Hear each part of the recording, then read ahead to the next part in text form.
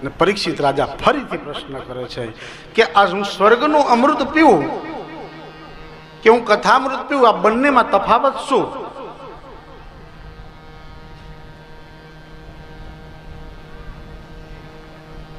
ત્યારે સુખદેવજી મહારાજ પરીક્ષિત રાજાને કહે છે કે પરીક્ષિત, આ સ્વર્ગનું અમૃત પીવાથી માણસ અમર જ બને છે, જ્યારે આ ભગવતના કથામૃતનું જે માણસ પાન કરે છે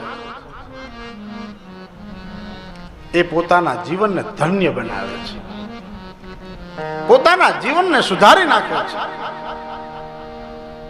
અને હવે પરીક્ષિત રાજા કહે છે કે હવે મને સ્વર્ગના દેવતાઓ અમૃતનું પાન કરાવવા માટે આવ્યા છે, પણ મારે સ્વર્ગનું અમૃત પીવું નથી, મારે તો ગુરુજી આપની પાસેથી કથામૃત પીવું છે.